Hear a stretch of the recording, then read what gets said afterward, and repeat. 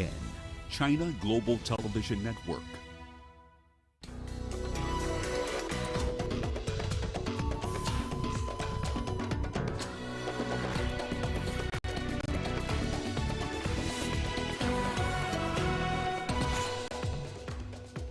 Arab states call on UN Security Council to meet over Grand Renaissance Dam. South Africa moves to level 3 lockdown as COVID cases surge.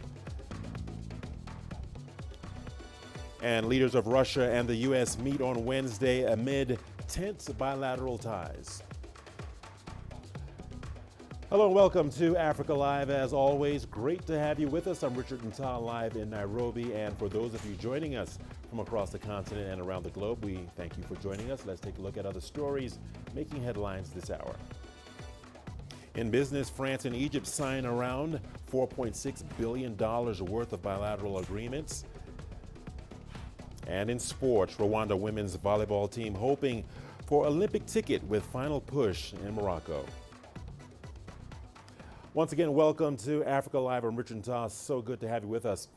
Foreign ministers from Arab countries have backed calls for the intervention of the United Nations Security Council in a regional dispute over Ethiopia's Grand Renaissance Dam. The decision was announced by leaders coming out of a meeting in Qatar called for by Egypt and Sudan. Ethiopia is pinning its hopes of economic development and power generation on the dam. Egypt relies on the river for as much as 90% of its fresh water and sees the dam as an existential threat. And Sudan is concerned about the operation of its own Nile dams and water stations. Arab League Secretary General Ahmed Abul Gate says water security is an integral part of Arab interest. What is the role of the Security Council? The decision does not only refer the issue to the Security Council. The Egyptian and Sudanese message was clear that the Security Council must fulfill its responsibility, but the decision also called for urgently holding a session to discuss the dispute. Of course, there are steps in the decision that are being taken gradually. We always call for a diplomatic resolution based on international law, and we hope that the other party can come around on the basis of international law in order to reach a solution that can satisfy everyone. Meanwhile, Ethiopia has denounced the resolution by the Arab League backing Egypt and Sudan's water security amid a deadlock in negotiations over the Nile Dam. The Ethiopian Foreign Ministry says the Arab League has squandered its opportunity to play a constructive role as the Nile is not exclusive property. In the resolution, Arab foreign ministers stressed the rejection of any measures that would undermine the water share of Egypt and Sudan, this as Ethiopia plans its second filling of the dam in July. Let's turn our attention now to South Africa, where the country has tightened coronavirus restrictions in the face of a surge in new infections over the past 2 weeks. President Cyril Ramaphosa, while making the announcement, extended curfew by an hour and has limited alcohol sales. The country is the worst affected by the pandemic on the African continent. It has seen daily new cases double to an average of 7,500 over the past 2 weeks. Hospital admissions have also increased by nearly 60% in the same period, with some provincial hospitals almost reaching full capacity. The spike comes as South Africa struggles to roll out its inoculation program. The massive surge in new infections means that we must once again tighten restrictions on the movement of persons and gatherings. We need to enforce compliance more rigorously, and we need to take firmer action against those who do not adhere to the regulations that save our lives. In view of the rising infections, the Cabinet has therefore decided to move the country to alert level 3. The hours of curfew will start at 10 p.m. and end at 4 a.m. Second, non-essential establishments like restaurants, bars, and fitness centers will need to close by 9 p.m. to allow their employees and their patrons or customers to travel home before the start of the curfew.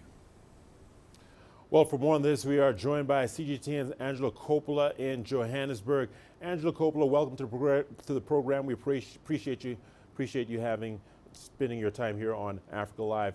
Well, Angelo, can you give us more highlights on that speech by President Ramaphosa?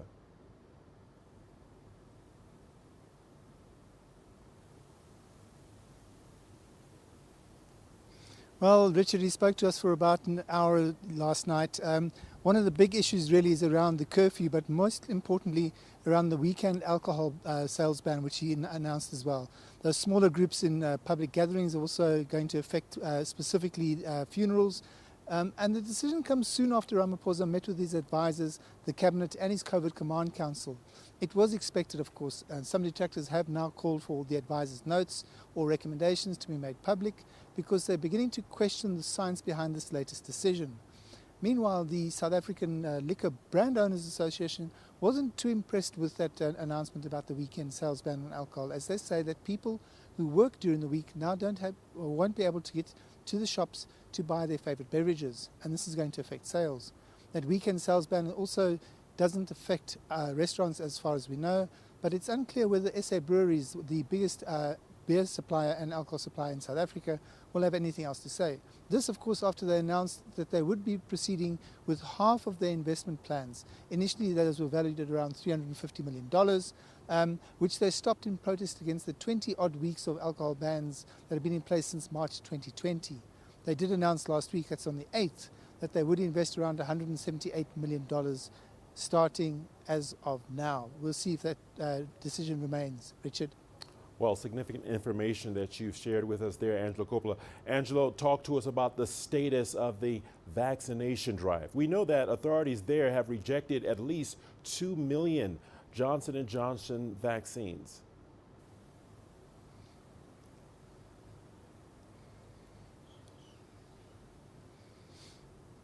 Well, look, the vaccination drive continues. We're seeing more and more of the elderly simply arriving at those vaccination points without confirmation SMSs, not having been onto the network and the system to register that they're over 60 and to get confirmation that they can attend one of the sites. They are being vaccinated. Most of the sites are allowing those walk-ins, as they call it, onto the site, and then they're getting vaccinated. A site we visited on Monday, in fact, showed a mixture of healthcare workers and those plus 60s being vaccinated. Meanwhile, Aspen yesterday announced that it had started production on that Janssen J&J vaccine at its Eastern Cape facility in South Africa, and that the 2 million vaccines that have been destroyed because they were considered to be contaminated would be available to South Africa in the next couple of weeks, in fact, by the end of the month. There was also a portion of the uncontaminated batch that will be coming to South Africa, and that's around 300,000 units of vaccines. Of course, you know that those are single-dose vaccines, and they would be released probably and arriving in South Africa in the next 2 days or so.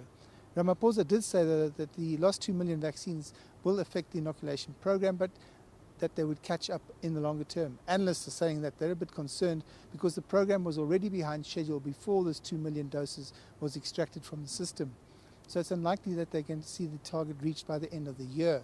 And this all happens while the incumbent health minister, Zweli Mkhize, was placed on long leave as certain corruption allegations were being investigated. His replacement, of course, has her hands full because she's also the tourism minister who's trying to resuscitate the tourism sector. Just a quick update though, the total vaccines to date as of last night stands at 1.8 million people who have been vaccinated, but that's out of a population of some 55 million people. Richard? Angela Coppola, let's leave it there. Many thanks, much appreciated. Staying in South Africa, health authorities in Cape Town have opened a new emergency center at one of the city's oldest hospitals to try and improve social distancing when treating trauma patients. Our correspondent Renee Del Carmen reports.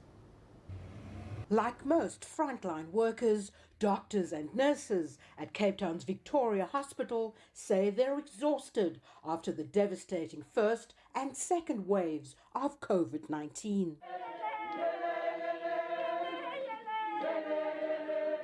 They say they are relieved and excited about the launch of their new emergency centre as they prepare for the surge in seriously ill patients at the start of South Africa's third wave of the pandemic. We've seen a sudden acceleration of cases, acceleration of people being admitted to hospital, and acceleration of daily deaths reported. And we want people to be able to avoid gatherings if at all possible, for people to wear their masks, to do social distancing, so that we can break the transmission of COVID and therefore minimize the impact it will have on the healthcare system. We still have got people who suffer from existing chronic conditions. We have got people who have got also emergencies, as we have seen in our statistics in regard to the trauma cases that we see.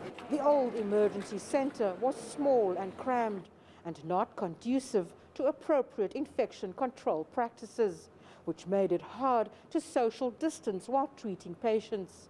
It's hoped the new emergency centre, with greater space and more beds, will lead to increased dignity and safety for patients. We've always had very good facilities and equipment. You need good equipment to be able to look after the patients, from the various monitors and the ultrasound machines and the defibrillators. Those are all very high-tech equipment that we've always had. And we've just been able to get the appropriate placing of that equipment because we've now got space. Fit for design emergency centres is an essential part of the healing journey, because the acutely ill person and their family they are at their most anxious when they enter a healthcare system requiring emergency care for their survival. Everyone here at Victoria Hospital says they're committed to providing the highest quality professional care and compassion to all their patients, just as they've been doing for over a century. Nta, CGTN, Cape Town, South Africa. Uganda is registering a sharp rise in cases of COVID-19. Doctors say many of them are severe and critical in nature. This is driving hospitals and health centers across the country to a crisis point. There is an acute shortage of bed space and medical oxygen. The latest figures are from the Health Ministry show that the country has so far registered more than 64,000 cases and close to 500 deaths. CGTN's Michael Baleke reports. The city morgue in Kampala is busy. Funeral vans are now parked here, waiting to carry the dead. Many patients here have succumbed to COVID-19 after a horrifying struggle. Health authorities say the situation across the country is extremely worrying. We are having an exponential growth in terms of new infections. And this is characterized with severe patients and also critically ill patients, and this is affecting almost all the age groups. Uganda is battling a second wave of the pandemic. The country has registered more than 10,000 new cases in less than a week, and more than 900 people are hospitalized at different health centers across the country. The National Referral Hospital and the main COVID treatment center says the facility cannot meet the current oxygen needs for the growing patient numbers. You find a patient requiring 70 liters of oxygen per minute, and yet the normal patient in a normal ICU requires between 1 and 10. So one patient in COVID ICU consumes the oxygen that would be required by 10 very sick patients in a normal ICU. Several hospitals are now looking to private firms to supplement their oxygen stock.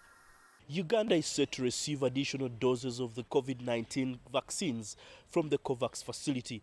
Health authorities believe pushing more jabs into people's arms will reduce the number of those who are seriously ill.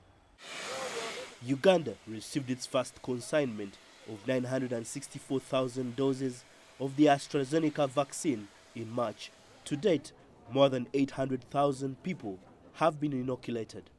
Most of the vaccine centers had started experiencing shortages of these vaccines, so that means some people were not able to get their second jabs when they were supposed to.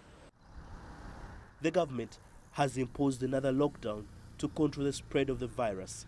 Schools, places of worship and open markets have been ordered to close, and travel between regions is now restricted. Michael Baleke, CGTN, Kampala, Uganda. The president of the Democratic Republic of Congo has ordered the closure of nightclubs and limited public gatherings to 20 people in a bid to curb the spread of the coronavirus. President Felix Tshisekedi announced the new measures in a televised address. The country has recorded a spike in COVID-19 cases as it grapples with a third wave of infections.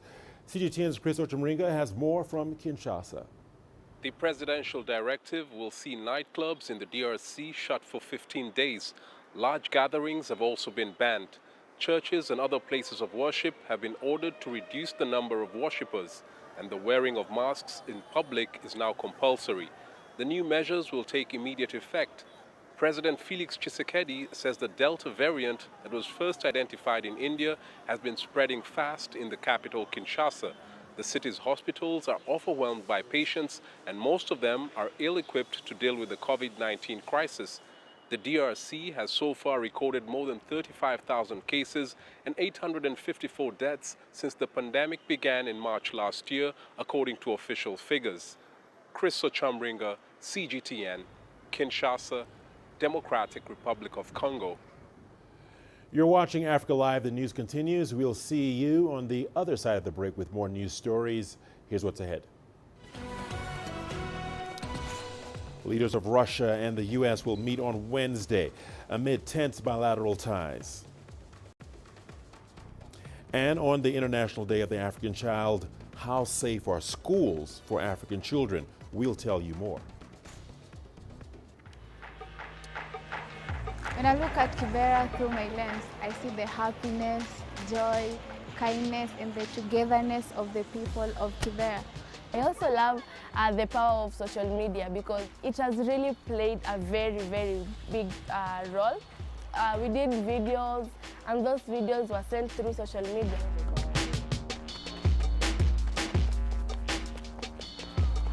Nikikanyaga tu kwa koti, huwa nafeel kuna kitu natafuta na ng'ang'ana, yaani hata niwe mzuri kushinda na dada.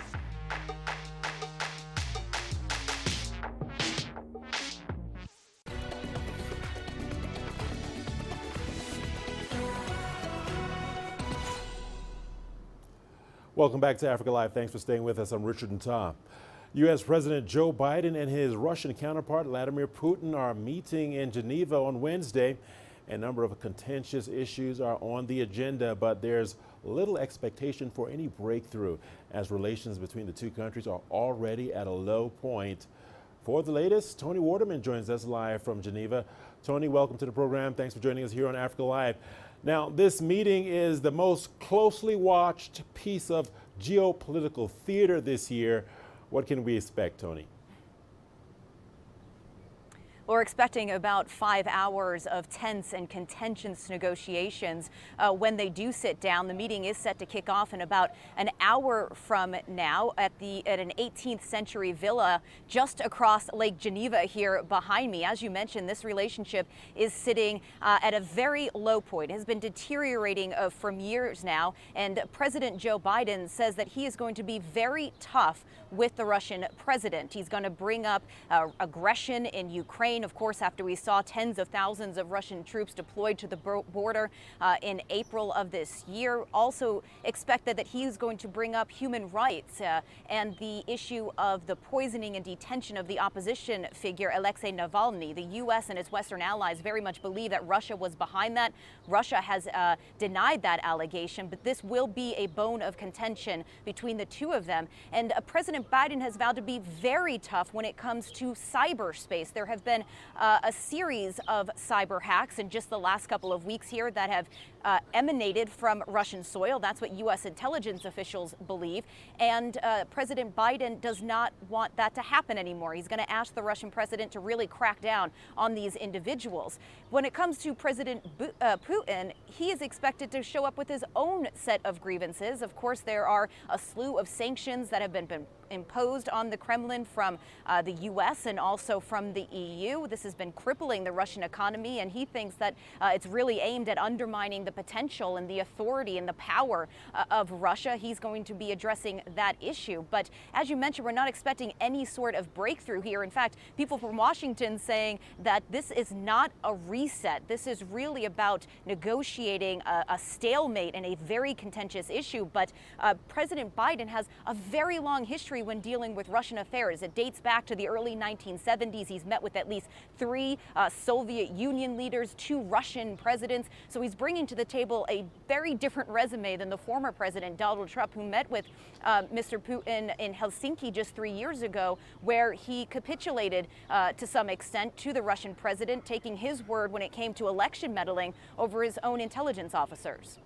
Well, Tony, with all that you've said, are there any agreements that we can expect from the 2 leaders? Well, it can't be understated the importance of sitting down at the table and looking each other in the eye. We're coming off a year and a half of remote negotiations, remote summits through Zoom, through Skype.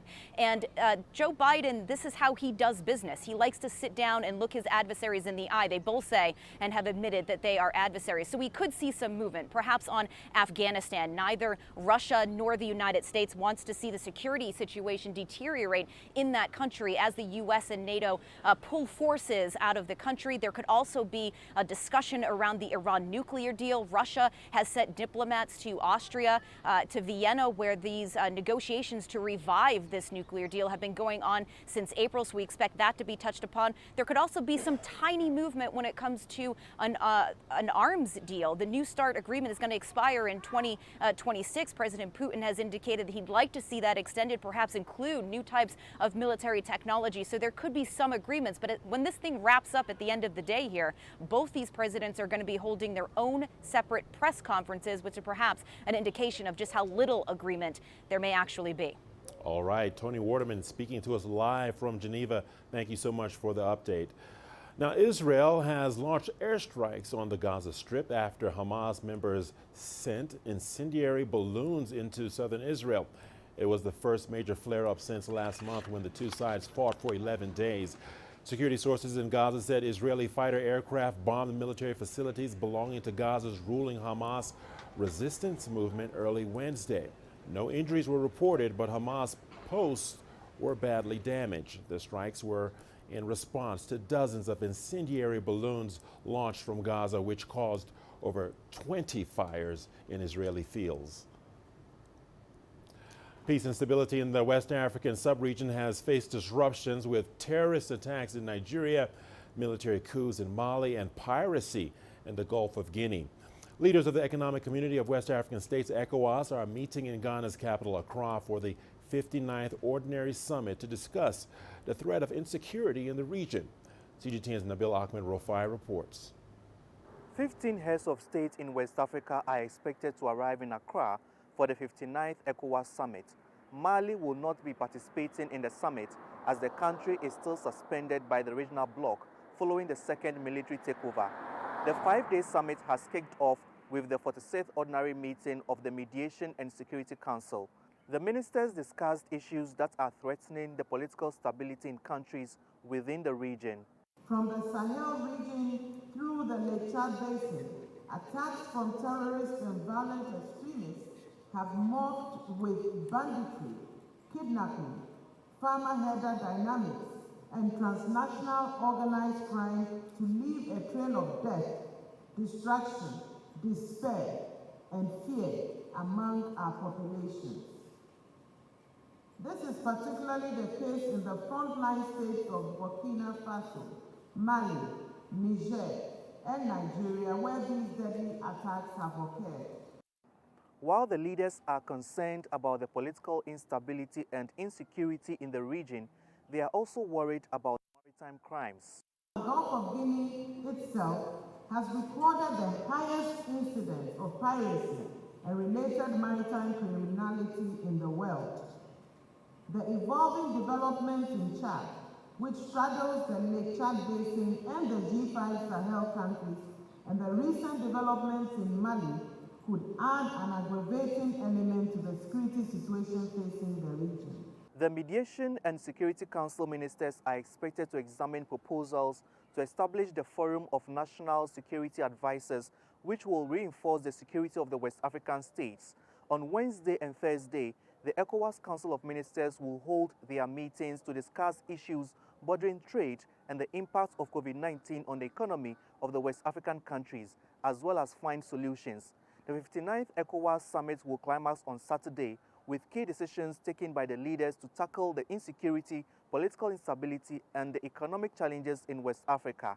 Nabil Ahmed Rufai, CGTN, Accra, Ghana. Today marks the International Day of the African Child. The day is meant to highlight issues surrounding children on the African continent. It was created in 1991 by the Organization of African Unity, now the African Union. This was after hundreds of children were shot down in 1976 following a protest against discrimination in South Africa. Students in Soweto had taken to the streets to demonstrate against the Black Education Act, which segregated students based on their race. And in the 2 weeks of protests that followed, more than 100 students were killed and thousands others injured. Nigeria's ongoing war against an Islamist insurgency has left millions of displaced children from the northwest of the country without access to basic education. Those caught up in the conflict, which has raged on for 11 years, now face an uncertain future. But one woman is doing all she can to give some of these internally displaced children a chance to make it in life. Correspondent Philly Haza met her at one of the IDP camps in Abuja. Let's take a listen. 15 years old Mohammed Usman lost his father during a Boko Haram attack in Borno State 8 years ago. Mohammed says he had to flee with his aunt to this internally displaced camp in Abuja. My dad was killed in Maiduguri by Boko Haram. Even my mum is missing. But going to school now is gradually helping me to get over the trauma. There are several other children in this camp like Mohammed who are now attending school, thanks to Zainab Aliyu, who is fondly called Mama IDP here. She has taken it upon herself to sponsor many of them, including Mohammed, through school. She pays for their tuition, provides educational materials like school bags and exercise books. Zainab says for her, educating IDP children is one way to tackle insurgency because without proper education, they are vulnerable recruits to terrorist groups. 90% are not educated. They need basic education. They need the knowledge so that no one will initiate them into bad groups. The United Nations says nearly 3 million people, including children, are displaced from the decade-long war on insurgency in Nigeria. And many of them are part of the over 10 million out-of-school children in the country. As a result of efforts from the likes of Mama IDP, many internally displaced children here say they can now dream of a better future. However, Zainab says the task ahead is enormous and there is a need for more well-meaning citizens to join this initiative. For me to educate over 100 children, it's a way forward. It's a stepping stone for others. If I can do 100, you will do 100. Let's say 100 million adults will help those children. Everybody will be educated. They will be educated and they will be comfortable in school. For now, the simple dream for Mama IDP is to see the likes of Mohammed graduate from school and find a job. Phil Ihaza, CGTN, Abuja. Let's bring in Betty Abba, founder of Sea Hope, the Center for Children's Health Education, Orientation and Protection. She joins us from Lagos, Nigeria. Thank you for joining us here on Africa Live. We appreciate your company. Well, as Africa takes stock of strides made in the empowerment of the African child, many challenges remain, especially now that there is an ongoing pandemic. Can you help us understand the link between health and education?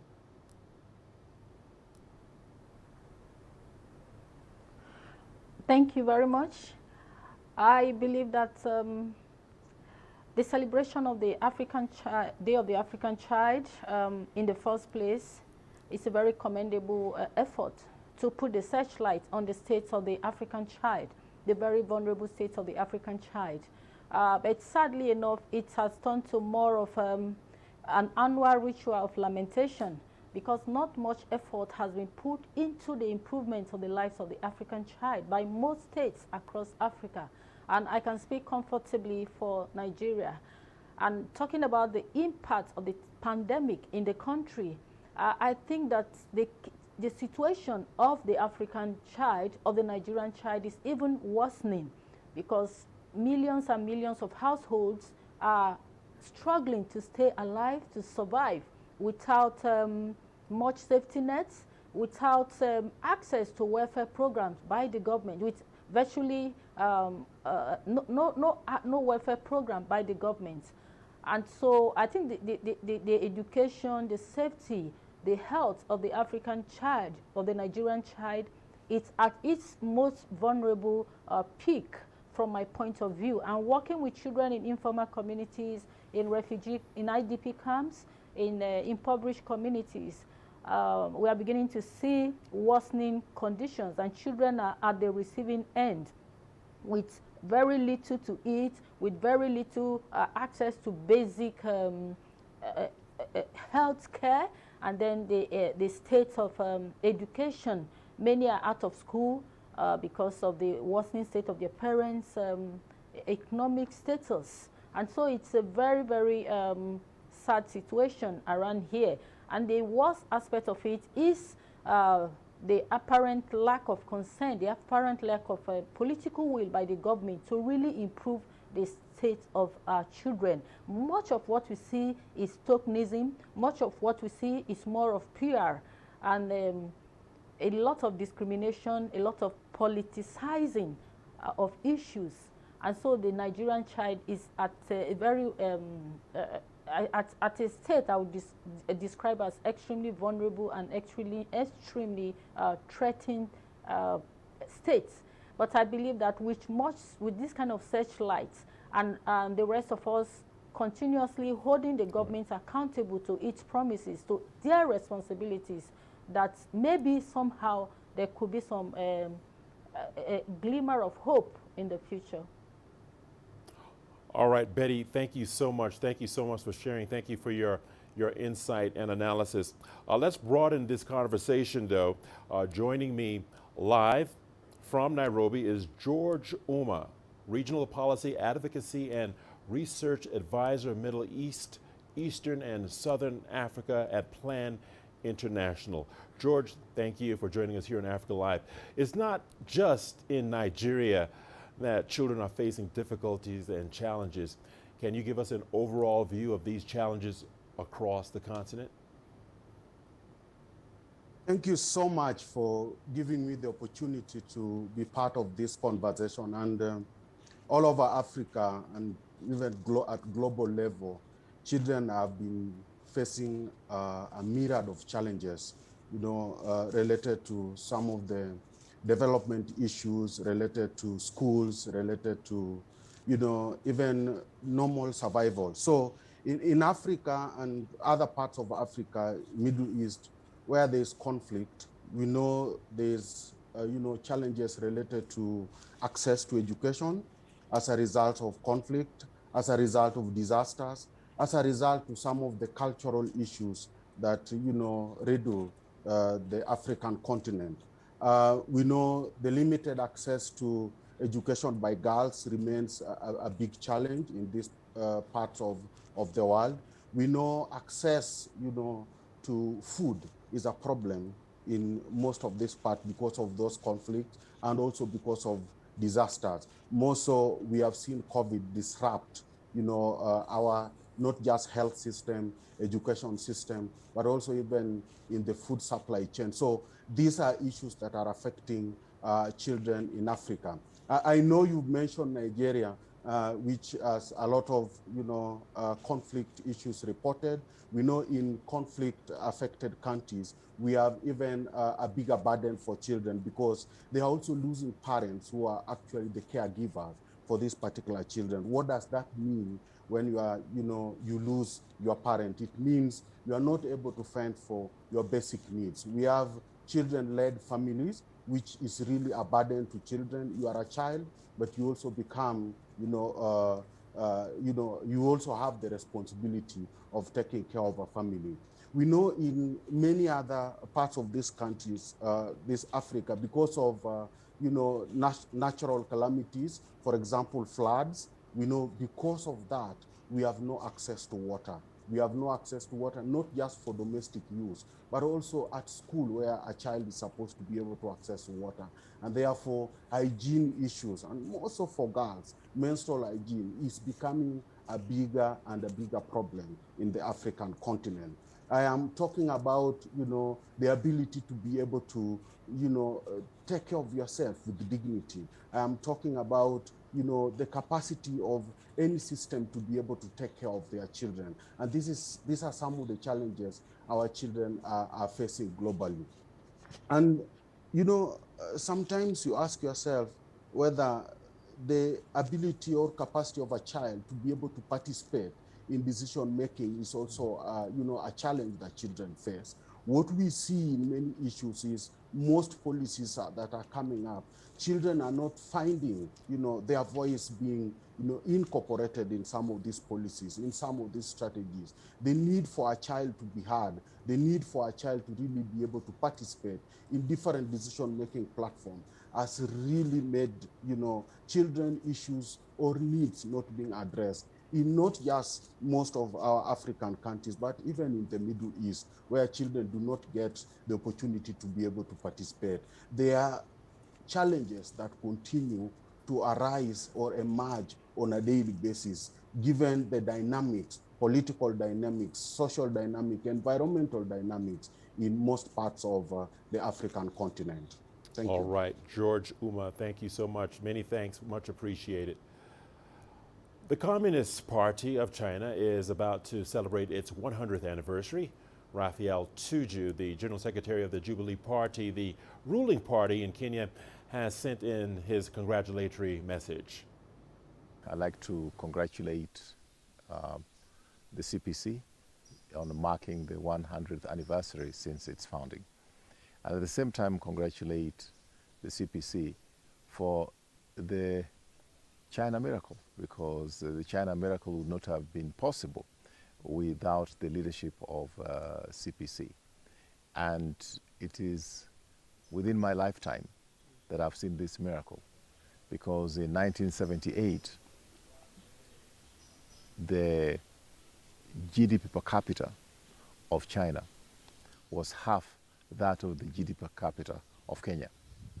Now, some 40 years later, just one generation within my own lifetime, China is now the second biggest economy in the whole world. The GDP has grown exponentially, and this is a great credit to the CPC, and also a great credit to the resilience, the determination, the discipline of the Chinese people. Plenty more to come on Africa Live. We've got your business segment coming up next. Here's a look at what's ahead. Coming up in business, France and Egypt sign around $4.6 billion worth of bilateral agreements.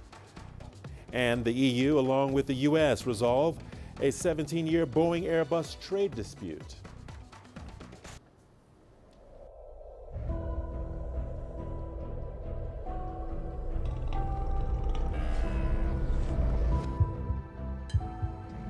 Taken me completely out of my depth, but at the same time it's exciting. It's new, it's different, it's a challenge. It's really exciting.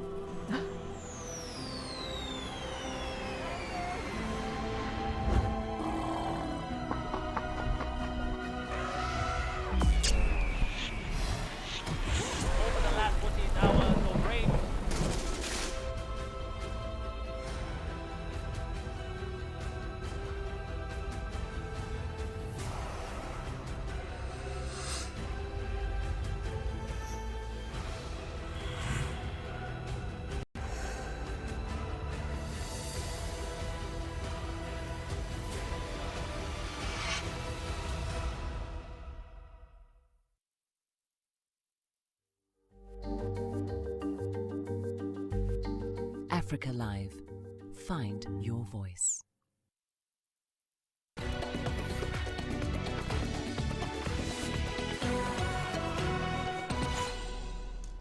Welcome back to Africa Live. Thanks for sticking with us. France and Egypt have agreed to strengthen their economic ties, which have been growing in recent years. During his visit to Cairo, French Finance Minister Bruno Le Maire signed agreements worth around $4.6 billion with the government. CGTN's Yasser Hakim has the details. France and Egypt inked projects worth nearly 4 billion euros during the visit by French Economy and Finance Minister Bruno Le Maire. Half the amount is earmarked for the development and management of underground metro lines in Cairo. The rest are targeting infrastructure projects in railway, energy, water treatment and food security over the next 4 years. The French official says France targets to jump from 8th to a top 3 foreign direct investor in the North African country. There are new regulations in Egypt to ease exports and facilitate procedures for setting up a business and acquiring licenses to establish new projects. All these procedures provide good opportunities for investors here. Egypt is a promising market with over 100 million population and is a top attraction for foreign direct investments in Africa. All this encourages the French businessmen to raise their investments in Egypt. Both sides emphasize the need to indulge more in environmentally friendly projects within the allocated funds. There are projects underway in clean energy, such as solar energy, with the largest solar power station in the world in Aswan, Upper Egypt. There are wastewater treatment projects in partnership with France, and the same in agriculture. More projects are expected in the green economy between Egypt and France in the near future. Several MOUs have also been designated for projects in healthcare services and renewables as per Sustainable Development Goals. Talks in Cairo also focused on an ambitious plan for Egypt to become a major export hub for French products and services in the Middle East and Africa. Yes, Hakim for CGTN, Cairo. South Africa's largest trade union federation, COSATU, is calling on the Reserve Bank to assist poor South Africans. The union wants the central bank to cut rates further so that commercial banks can ease up on customers with heavy debt and those that need to borrow money. CGTN's Richard Nta tells us more. Since COVID hit in 2020, the South African Reserve Bank cut rates by 300 basis points. The repo rate for commercial banks is currently at its lowest point in history at 3.5%, while the interest rate for citizens is at 7%. COSATU believes there is room for further relief. Firstly, it is going to help the economy. But secondly, many of these people are highly indebted. They are defaulting on their debts. And we are hoping that this will give them some kind of relief, especially workers who are losing cars, who are losing houses. They need some kind of relief from government. Inflation has lifted from its lows but remains moderate. It's clear the Reserve Bank is done with rate cuts for now. In fact, according to the bank's projection model, 2 rate hikes are likely this year. It's unlikely that we will see, for instance, a further cut in interest rates. Our current interest rates are at a 50-year low. It's been as low only in 1973. So already interest rates have been cut aggressively. And in the meantime, as we see economies, recovering from the COVID pandemic, we have also started to see prices increasing. So some inflation creeping into the system. GDP data out last week showed the economy grew by 1.1% in the first 3 months of this year and has grown for the third quarter in a row. But it is still 2.7% smaller than it was in the fourth quarter of 2020. Unemployment is at a new record high of 32.6%. South Africa has been in this quagmire for over a decade. COVID just made matters worse. Some argue that COSATU is banging on the wrong door. Almost 50% of South Africans of working age are really unemployed. And we are close to 21 million people who are dependent on social grants. We just need some kind of relief, because if you look at the GDP numbers, they are positive in a sense, but they are also hiding a bigger story. The fact that the majority of South Africans are really sinking. So, I totally understand, that COSATU would like to be part of, the drive to get the economy better, but it's perhaps just a matter of tweaking the focus a bit away from monetary policy per se, but rather to do more the actual operational part of the economy. What can government do to make the environment more favorable for economic growth to happen? The next meeting on rates will be in July. Richard Nta, CGTN, Johannesburg, South Africa. Zimbabwe has been hailed as one of the leading digital innovators on the continent due to growth of its mobile money payment platforms. These now account for the majority of transactions in the country. CGTN's Farai Mwakatuya has the details from Harare. A market where hard cash was formerly king has been rapidly transformed into a predominantly cashless marketplace. According to the World Bank, there are over 7.5 million mobile wallets registered here, out of an estimated 14 million population. We are a country that has got at least 91–92% literacy rates, which means we are ready to embrace technology whenever it comes our way. On another note, remember, we are a country that is driven by digital money. When I say digital money, we like our EcoCash, we like our mobile money, and we don't have physical money. That means 96% of our transactions are what? Are electronic. The growth has been driven not just by the long-running shortage of bank notes, but also the convenience that mobile transactions offer and a government push to widen financial inclusion. Due to the highly informalized nature of the economy, as much as 70% of the population is unbanked. That's according to 2020 statistics from the Reserve Bank of Zimbabwe. However, the high prevalence of mobile wallets here means many of those who are unbanked can still be part of the financial ecosystem. Going forward, experts see other forms of digital currency thriving. Zimbabwe is actually way ahead when you look at accepting this digital currency, mobile money, credit cards, and all those things. Yeah, we are on the right path. Everybody now is embracing digital currency. Look at it, even the Reserve Bank is talking about Bitcoins being an official currency. In short, it is good because we now have a currency that we can trade in. Government says it intends to build on the strides made in digital transformation by opening up more community information centers and commissioning mobile base stations in the remotest parts of the country to deepen mobile and internet penetration. Farai Mwakatuya, CGTN, Harare, Zimbabwe. There has been a breakthrough in the EU-US summit on a long-running airline subsidy dispute. U.S. President Joe Biden has met with European leaders in Brussels, calming trade relations after the fury of the Trump years. President Biden made a 2-hour stopover at the EU headquarters, scheduled between a NATO summit and his sit-down with his Russian counterpart. Lucy Howe has more from Brussels. Negotiating teams for the US and the EU have been looking to achieve a permanent resolution for this long-running trade dispute that has now lasted nearly 2 decades. In frenetic overnight talks on Monday, a peace deal was achieved that will see the suspension of retaliatory tariffs for the next 5 years. EU Commission Chief Ursula von der Leyen said it marked a significant turning point in transatlantic relations. The agreement we have found now really opens a new chapter in our relationship because we move from litigation to cooperation on aircraft, and that after almost 20 years of disputes.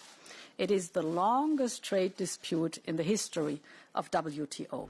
The EU has given Washington until December to remove Trump-era duties and has said it will be suspending tariffs on aluminium and metal for the next 6 months. The US said resolving trade tensions with the EU would allow both sides to focus on China, namely its production levels of metal. Richard Nta is the US trade representative. For almost 20 years, we have been at each other's throats. Fighting each other in terms of the terms of competition between our industries. While we have been engaged in this fight, others are taking the opportunity to launch their own industries, and we have been too busy fighting each other to pay attention. However, the US may find it more difficult to remove the metals tariffs, which apply to other countries as well as China, because they are backed by US metal producers and workers. In a meeting that was designed to find areas of renewed transatlantic cooperation, there was the establishment of a joint trade and technology council, which is designed at competing with China. Lucy Hoff, CGTN, Brussels. Moving cargo around the world by sea and by air can be polluting, but one of the upsides is speed. Now a carbon-neutral air link has opened between Frankfurt in Germany and Shanghai in China. The technology behind it could be the future of aviation. Ryan Thompson reports from Frankfurt. Flying high above the clouds, this flight to Shanghai is like no other. It's carrying nearly 100 tons of cargo, but unlike other air freighters, which come with a costly environmental price tag, this plane is doing it sustainably. This is one of the world's first attempts at carbon-neutral flying. It looks and sounds like any other cargo flight. Goods are being loaded, but in just over an hour when it finally takes off, it will be emissions-free, powered by sustainable aviation fuel. It's an expensive but greener alternative to traditional jet fuel. In this case, it's made from bio-waste, like leftover cooking oil. Aki Martinka has led efforts to bring it to Lufthansa Cargo. It's really something which has been produced just a few days or a few weeks ago, which has grown as a plant, as a vegetables, taking the CO2 from the atmosphere just a few days ago, and now putting it here on the aircraft, it goes back into the atmosphere. Unlike other fossil fuel alternatives, sustainable aviation fuel requires no modifications for planes to be able to fly with it. Lufthansa's dedicated Boeing 777 can fill up with regular fuel or a sustainable source if the airport offers it. But there's a reason all the world's airlines aren't rushing to use sustainable fuel. Supply is limited, and the cost can be 3 to 5 times higher. We need much more producers, because the more production we have, the better will be the price at the end. I guess there will be a competition then, and we would have also a more reasonable price for the sustainable aviation fuel. Tougher rules on emissions from flying have sent researchers looking for other sources for sustainable aviation. I visited one lab outside Frankfurt where a new method, known as power to liquid, could produce jet fuel out of thin air. You grab the CO2, which there is, ideally grab it out of the air, and combine it with hydrogen, which you get by electrolyzing water. It certainly could meet all the aviation needs. The crucial factor here will be renewable electricity. But power to liquid still remains largely a lab experiment. There could eventually be enough of it to power all of today's flights, but that is not expected for many, many years.